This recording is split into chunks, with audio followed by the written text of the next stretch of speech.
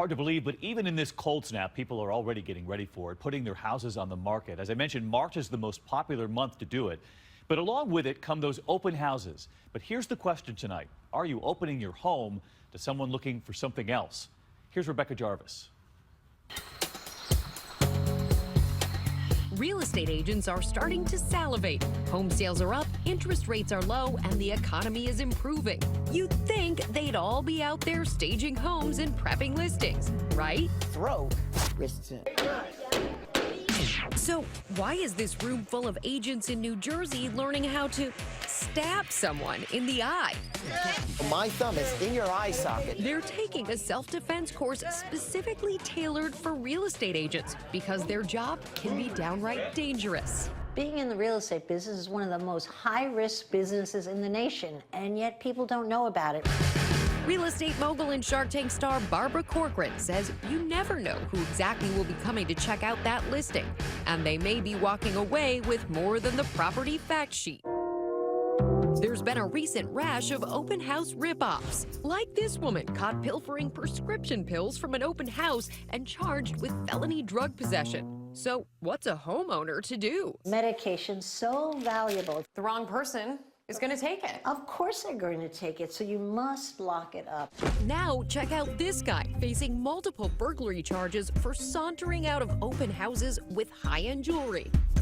His lawyer told ABC News his client is innocent until proven guilty. There's nothing wrong with leaving out a jewelry box, but make sure you have junk jewelry inside, not the real deal. Why junk jewelry? Because if you empty out the whole jewelry box, someone sees it, oh, there's the jewelry, oh, it's not here, they'll start looking to find out where the jewelry is. But the danger isn't limited to homeowners. Police say the realtor who was kidnapped was traumatized. The agent you've hired to help you buy or sell your house could easily end up on the 5 o'clock news. A local real estate agent says he did not think he would live to see his family again. And it's not just dangerous, it can be deadly. In the last decade, more than 20 real estate agents were murdered, according to the U.S. Bureau of Labor Statistics. Take the case of Beverly Carter, an experienced real estate agent who disappeared from a Little Rock area house she was showing last October while allegedly meeting a potential cash buyer. Did you kill Beverly Carter? No. After a days-long search, her body was found in a shallow grave. The man accused of her murder giving a perp walk statement and later pleading not guilty to capital murder. Why Beverly? She was a rich broker. Are real estate agents sitting ducks? They are. Nothing is more essential to the real estate business than a new customer. And a new customer could be a good customer, or it could be the wrong customer. And it's mostly female agents who are meeting Mr. Wrong Customer. Women make up 60% of the real estate agent population, and it is a requirement of the job to market yourself relentlessly to perfect strangers. They know more about you than you would ever know about them when they show up at your home. Their cell number is on the business card, it's online, they blog about particular open houses, they talk about their children, and being open like that, of course, makes them a lot more vulnerable. Hey, morning, Trace. San Antonio real estate agent Janice Tisdale had always been cautious, but a few years ago she found herself in a perilous situation with a client and barely escaped with her life. It was a few days before Christmas, and Tisdale had arranged to meet this man, Emilio Maldonado, and his banker in a remote subdivision. As soon as I pulled up, I said, "Where's your banker?" And he goes, "Oh, he couldn't come today." And I thought, oh, this is weird. Tisdale did a lot of things right that day. She took off her diamond jewelry and made sure she had an escape route, just like Barbara Corcoran recommends. I make sure, foremost, that I have an exit strategy. I open the gates on the back of the house. I open the back door. So if you were showing me this home, I would say, have a look at the bedroom. and you would make sure you're there. I keep my eye on you, but I want to stay by the door. Corcoran says agents should realize they're already armed for combat. You should have a cell phone in one hand, and in your other hand, you should carry your car keys. This doesn't look like it's a bad weapon, but cut someone in the face with it, you buy a few seconds to make your runaway.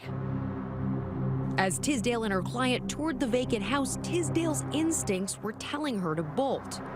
And finally I said, we really need to go. And I reached down to pick up the, it was a lockbox.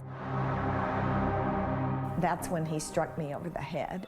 Maldonado was wielding a tire thumper used by long-haul truckers to check tire pressure, and now blood was gushing from the back of Tisdale's head. Maldonado held the 64-year-old grandmother hostage for 45 minutes until she was finally able to use her remaining strength to break away. I was screaming. I just thought, you're dead, Janice. You are dead. In the distance, Tisdale spotted some teenagers driving a banged-up Honda Civic. And here come those kids, and their window was down. So I just screamed, help me, help me. He's trying to kill me. And they slammed on their brakes, and 5 teenagers bounded out of this car.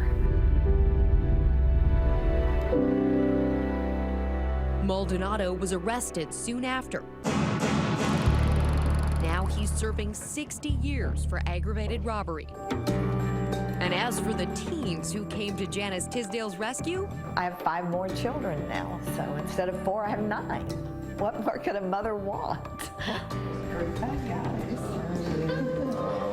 well, actually, this mother wants one more protective friend. These days when she shows properties, she brings along a Beretta Tomcat. I'm so happy you're alive. Amazing. Thank you. Yeah, just wonderful. The shark and the survivor spoke via Skype. I hear you teach all the new realtors what to be careful about. I bet one of the big lessons you're teaching is trust your gut.